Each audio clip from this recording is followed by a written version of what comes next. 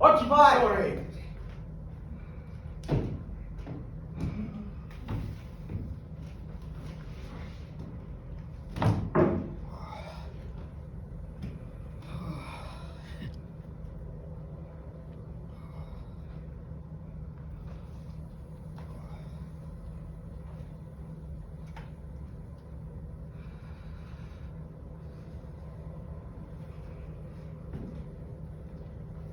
I know you. What? We met in the pub. In the village.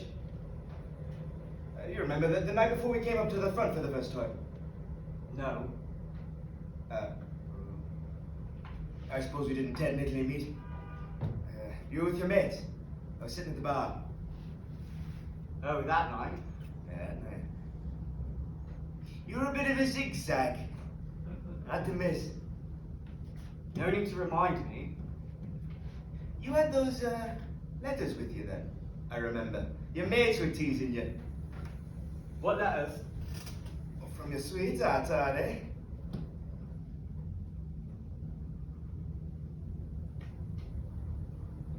No? It's just the two of us. We make a conversation. Just tolerable warm in here. I can never sleep the night before anyway. Yes, they're from my girl. What's her name then? Amelia. What's that? Amelia. Means precious. Unusual, that. She's Indian. Hey, shit. How'd you meet? Known each other since we were little children. Playmates then? Well, not exactly little. She was 11 when she came to the orphanage. I was 12. Yeah, 12. How old are you now, son? Old as you are by any measure that counts. That's true enough.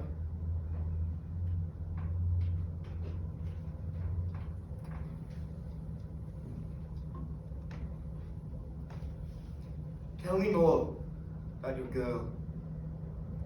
She's the most beautiful soul you ever saw. And smart too. Smartest person I've ever met.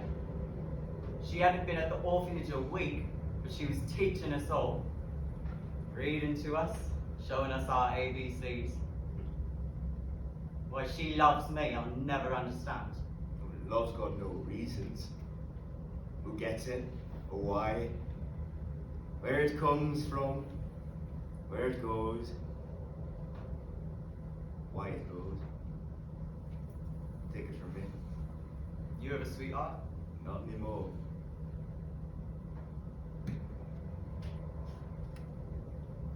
It is nice in here. Must be the sandbags. And being up off the ground a bit. Trying to sleep in a tent. On the frozen ground. It's impossible. It's the depths of misery. It's been so cold, it's made me cry a night or two, I don't mind saying. Me too, man. Me too. You had a smart idea there, using that new sheepskin issue for your feet. Did you take off your boots? Yeah. I was worried at first when you saw me. Thought you might report me. No way. Smart idea, then. Very smart. Once tried myself. Cold feet's the worst. What's your name? Christopher.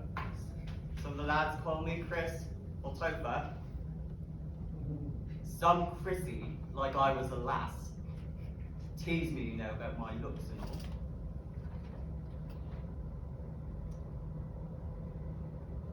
does Amelia call you? She never calls me by nothing but my proper name. Good for her. That's what I'll call you then. Christopher. It's a good name. Never thought much about it. They say me mum pinned it to the blanket when she left me. Well, she did right by you. It's from the Greek, Christopheros. It means to carry or to bear. People with your name are said to carry Christ in their eyes. Fancy that. And more than that, it's the name of kings. But not just one, but three of them. Danish kings they were. Powerful and wise.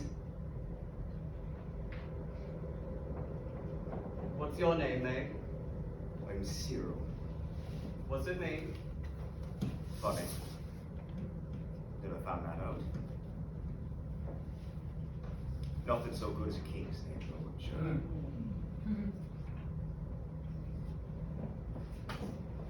Wonder what time it is.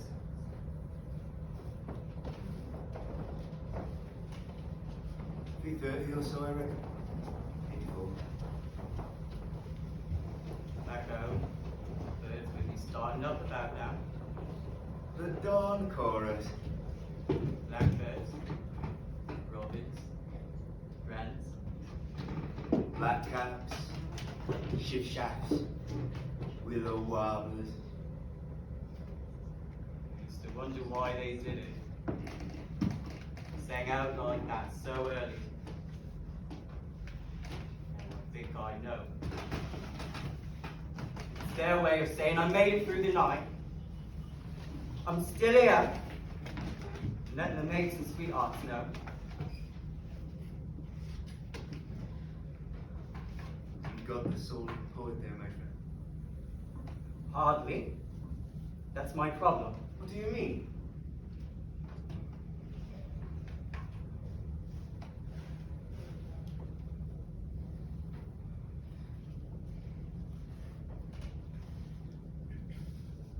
What's this? Take it. Get up. Look at it.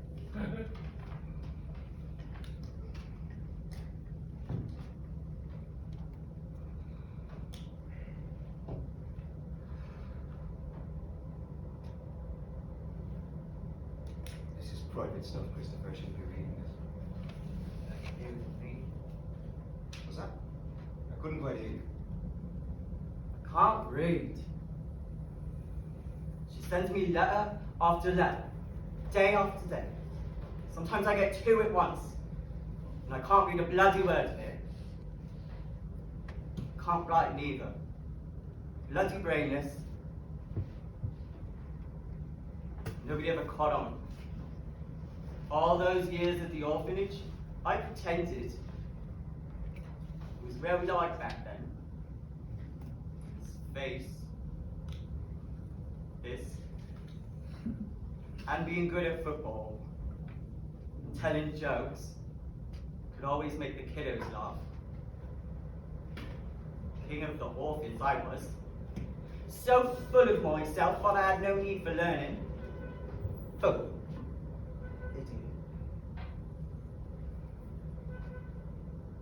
And then she came, started reading to the little ones. And not just Shakespeare and the like, not just fairy tales and the like, but Mr. Dickens and Mr. Shakespeare. And I used to sneak in every day just to listen to the stories. And the way she talked.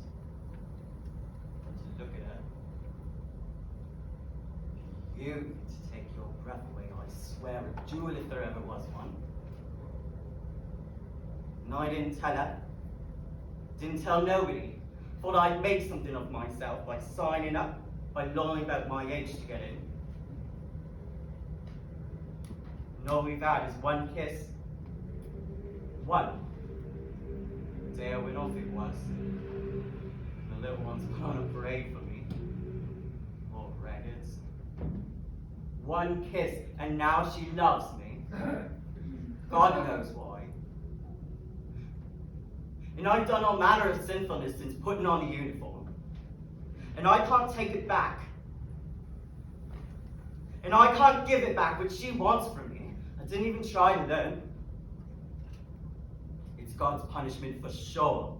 My falling in love with a girl who loves words and poetry and reading more than anything. No more than you. She doesn't love anything more than she loves you. That's clear as day. You're a lucky man, Christopher. The luckiest man alive, I'd say, to have a sweetheart that feels this way about her. She'll find out. She'll find out what a stupid oaf I am. Find a bloke who's book learned and speaks proper love talk. That would be the end of things. Real luck would be me getting blown to smithereens by bloody Jerry and his Uncle Fritz. No, let's not be so grim.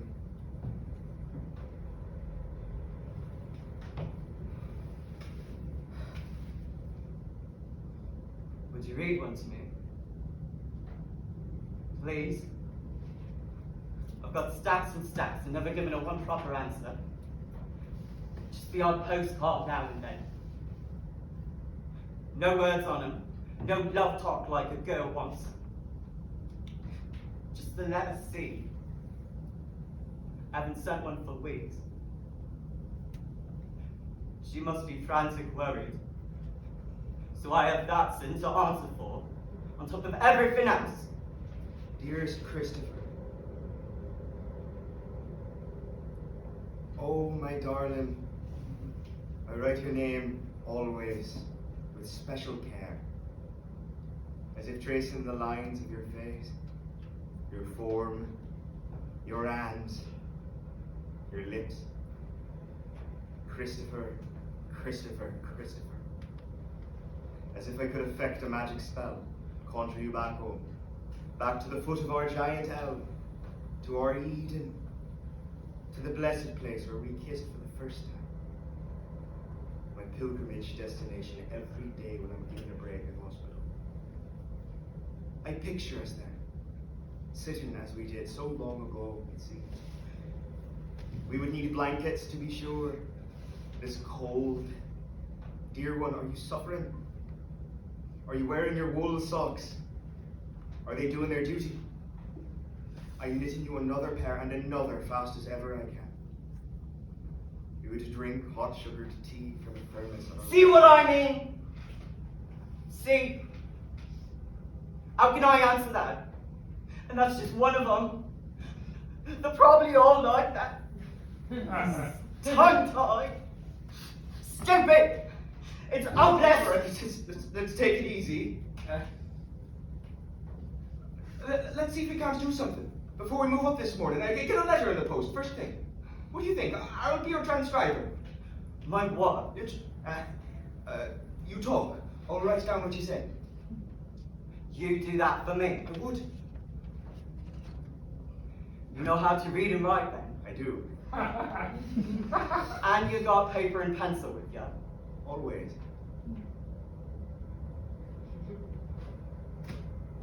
Let's get to it then. Poetry, Christopher, is everything. Is remedy, balm, alchemy, transfiguration, transmutation. Poetry is the only way to fashion order out of chaos, beauty out of despair. I don't have a bloody clue what you're talking about.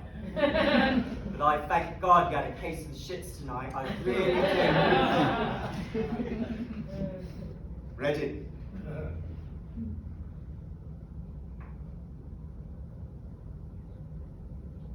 Dear Amelia, I love you. I miss you terrible. I think about you all the time. How's that? It's good. That's a good start.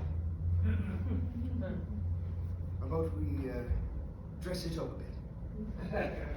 Yes. How about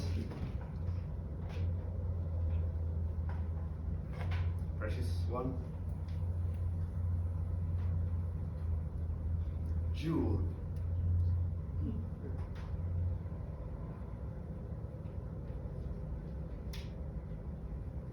In the glitter of each snow crystal, I see your face, refracted a million times. In the silence of the bitter night, I hear your voice, a wren song, rekindling my faith, my devotion, my desire.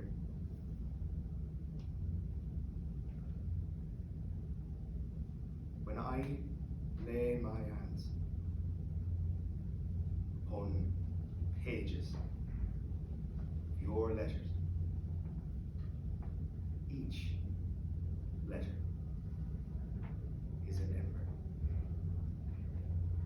each word a warm caress. I like that. Yeah. That's good. Write more like that. You are to me the white gown of summer, the quintessence of light and warmth. If only you could know what it means to me to clutch your words to my breast